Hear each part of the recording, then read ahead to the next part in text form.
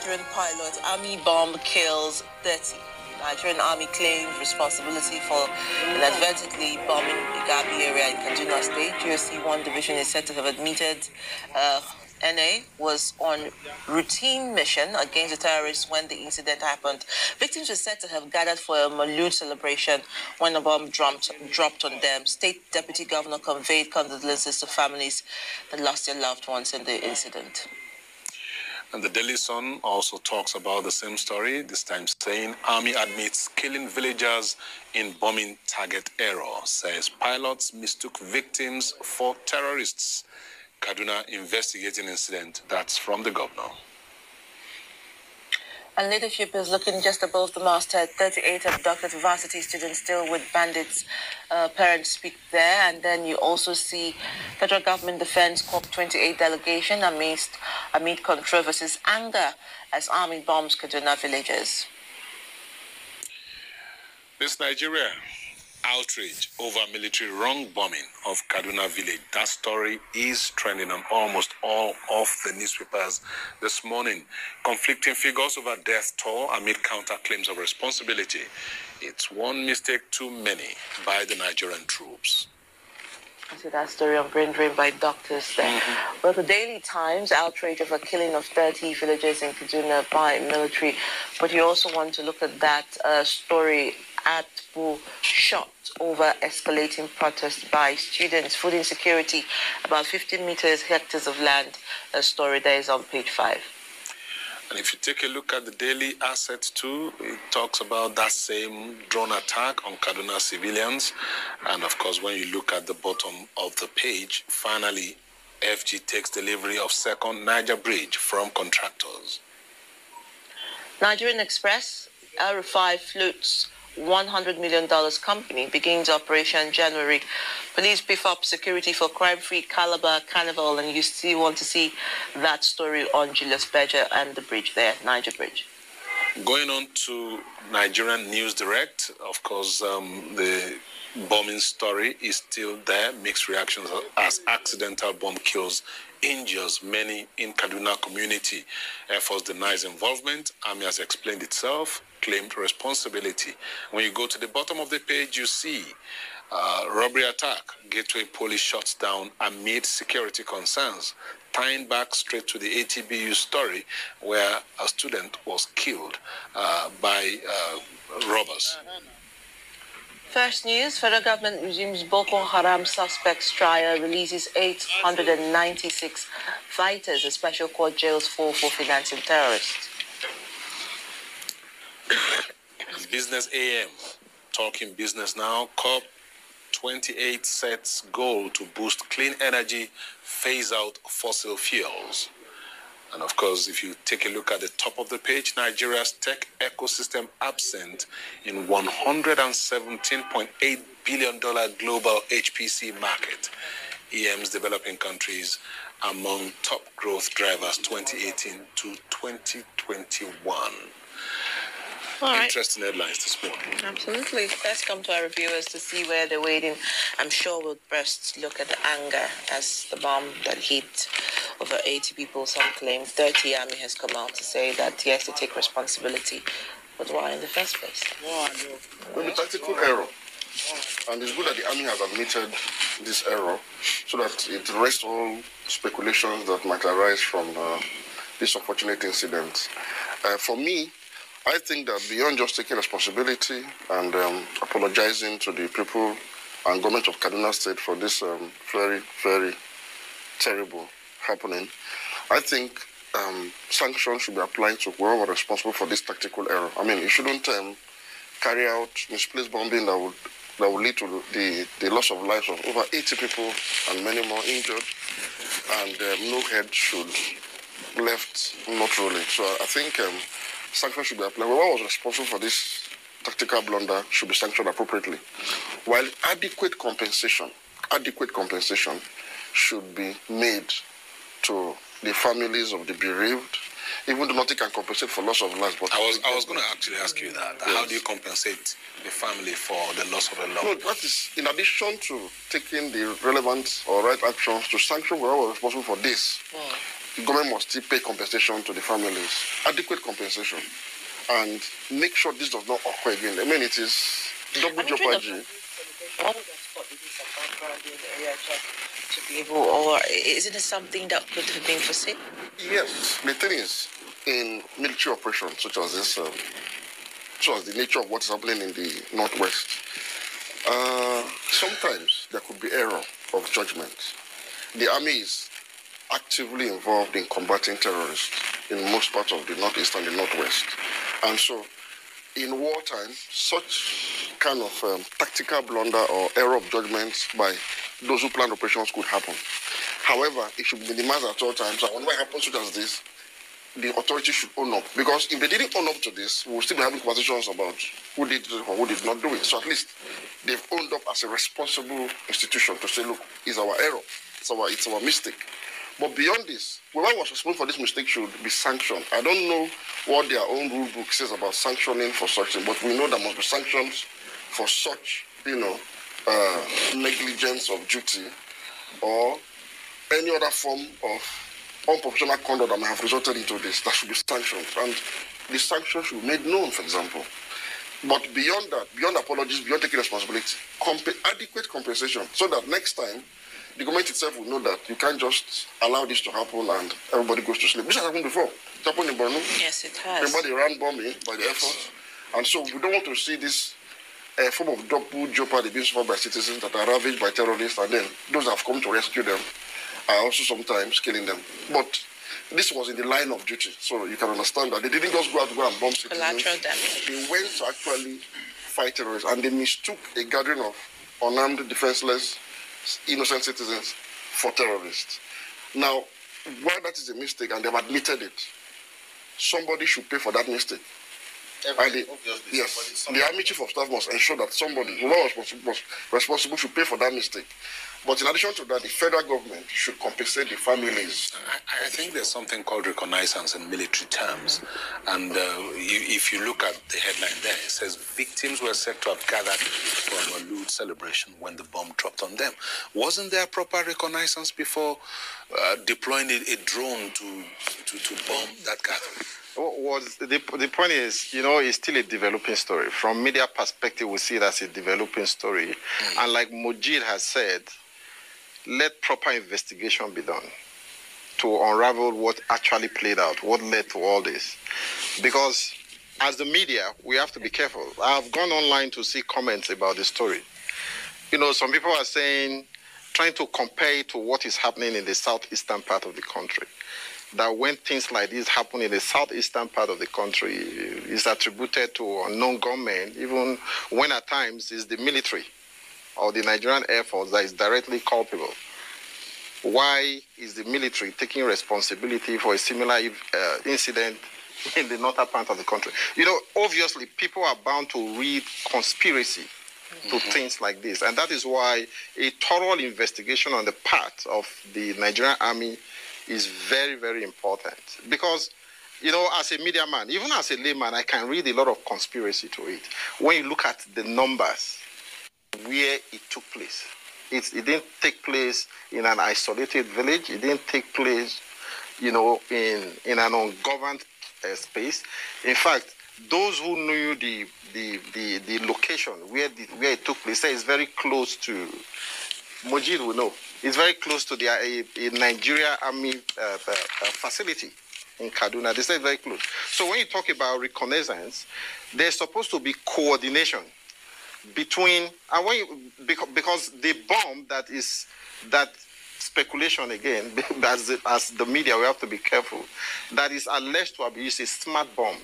So when you are firing a smart rocket, you understand, you have already taken the coordinates of where it's going to. And it is equally expected that there should be not just firing rocket, there should be ground intelligence to be able to, coordination between boots on ground, ground intelligence to be able to, coordinate in such a way that you know where you are going to hit exactly, not leaving it to chance. All element of chance that you are not hitting actual terrorist targets should be eliminated before that smart bomb was deployed.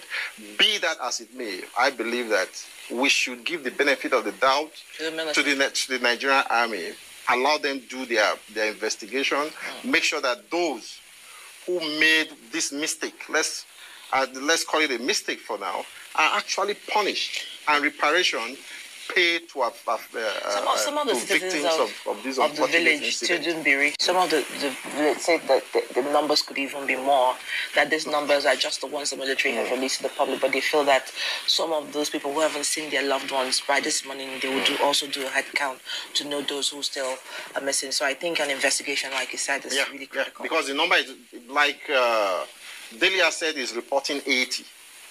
Nigerian pilot is reporting 30. Dead, not the injured, not the displaced, not those that have lost their limbs or whatever. So obviously, the number will be far, far more than 30 from some of the gory pictures. Blueprint is saying 31, quoting the army. Okay. Well, who do we believe? Well, you see, you asked a very important question about reconnaissance and intelligence gathering on the ground. You have to understand that the nature of this terror or terrorism that is taking place in the Northwest is such that it is embedded within the civilian population. That's why it's an asymmetrical warfare that the Nigerian armed forces are actually fighting at the moment. Which is a very difficult type of warfare. Sometimes it's difficult to exercise terror groups or individuals that are terrorists that are deeply embedded, particularly in a population where they also participate in all of their religious festivals, rituals, and culture.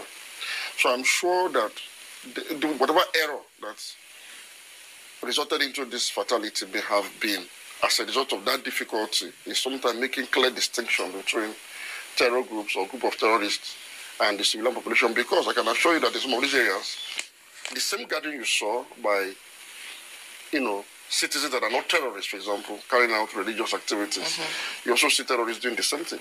And they have such, a reach across this area because they are largely ungoverned spaces that they also live there like a pseudo kind of government in those areas. So I'm sure, without making excuse for the army, maybe somebody may have mistaken this group for another group. But whatever the case is, sanctions must apply because you signed to do this job and you didn't sign to do the job in this manner. So sanctions should apply so that next time commanders and those that are in charge of intelligence gathering and the use of intelligence will know that you can be held responsible if you misuse intelligence in this manner. Sanctions must apply. I'm emphasizing this because the army has done us a lot of good by owning up to this. Because if they did not, we will still be having speculations, we will still be having all sorts of conjecture about this matter. Conspiracy theory. But they come out to say, it was our error. But beyond taking responsibility, they should also sanction these people and the government, please. Maybe you want to call that full responsibility. Full responsibility. And please, compensation is very important at this time. Very important. All right, let's look at the issue of the Boko Haram suspect trials, which has started. And we're aware that they said by the papers, I think People's Daily saying 896 of them have so far been released for, sent to jail for funding terrorism acts. And, there's mixed reaction to this. First of all, a lot of people would say those that have been released to where? And on what grounds? Are they going to go back into the communities? Are they going to get some sort of amnesty? So there's been a lot of, review by those who are in those communities who are affected, and also the process of even letting them go. Largely. I think we need to review the entire war until the sponsors and those that are active on the field. I say this because the nature of Boko Haram insurgency is such that you cannot adequately solve this problem through prosecutions alone. When you talk about funding terrorism, particularly Boko Haram, the funding mechanism of Boko Haram is so fluid that you may not be able to identify any high-profile individual that is involved in funding Boko Haram. I say this because I had the misfortune of having close proximity to some, active members, some retired members as well. So I know what I'm saying.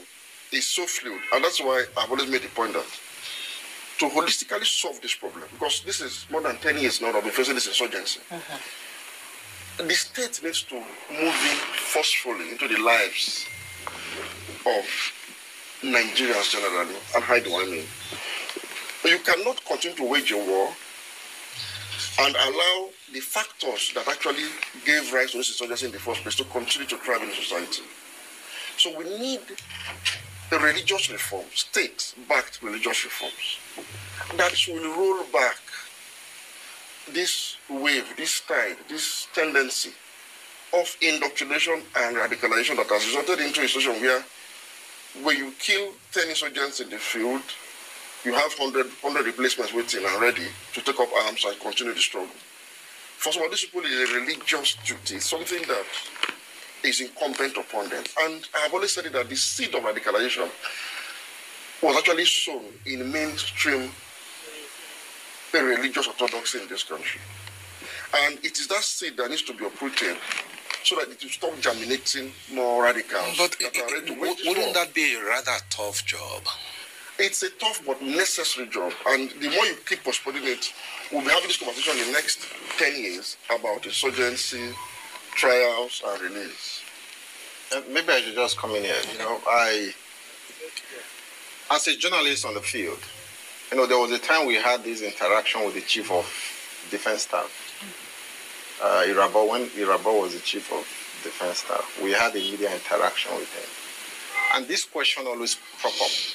A lot of people are worried when the federal government, the Nigerian army, releases this quantum of radicalized individuals into the society. And when this question came up, and which equally got some of us thinking, it's what do you do with these repentant Boko Haram fighters? That's the question. What should the army do? Keep them indefinitely, lock them up and throw away the key, or tie them to the stake and shoot all of them dead? You understand? So what is the solution? Is there no process of yes, because there are processes of de-radicalization. But we have equally noticed that former Boko Haram members who are alleged to have gone through a de-radicalization program, they end up joining the fighters. Why? Because they actually find out from investigation and from what the then chief of defense staff said, government cannot on its own sustain this de-radicalization program. You bring somebody into a de-radicalization program, you are paying him stipend, you are feeding him, you house him. Then at the end of the day, he completes maybe a 3 months or a 4-month course. What do you do with him? And there are others waiting on the line. So you release them into the public, into the society. And when the person you released into the society find out that he cannot cope with the grinds of daily living, the means of livelihood. Yes, going to look for a job, getting paid what I'll call pittance. You understand? Sometimes rejection by the community. Rejection by the society is there, or the community is there. When in the past he's used to handling lots and lots of money, he was in a command and control position. People feared him because he was wielding a gun. So the temptation to go back to his former life will always be there. So it's a very complex situation, which I feel that you have to use a mix of methods to deal with. You try them, you convict them, you sentence them to jail, they do their term. What do you do with them? You release them into the society, they go back to where they came from. So it's a very complex program, which I feel that the federal government and the Nigerian army needs to come together. We've been dealing with this problem now for about 15 years and look for a holistic approach, a workable solution, drawing experiences from other climes where things like this have happened. Even almighty America had to create a Guantanamo Bay. Absolutely. To deal with radicalized terrorists because they didn't just know what to do with them, because their legal system didn't provide for such manner of people. So we have to be creative. And having been in this situation for about 15 years, I think the army should be up in its game. It's not about trying and releasing them back into the society.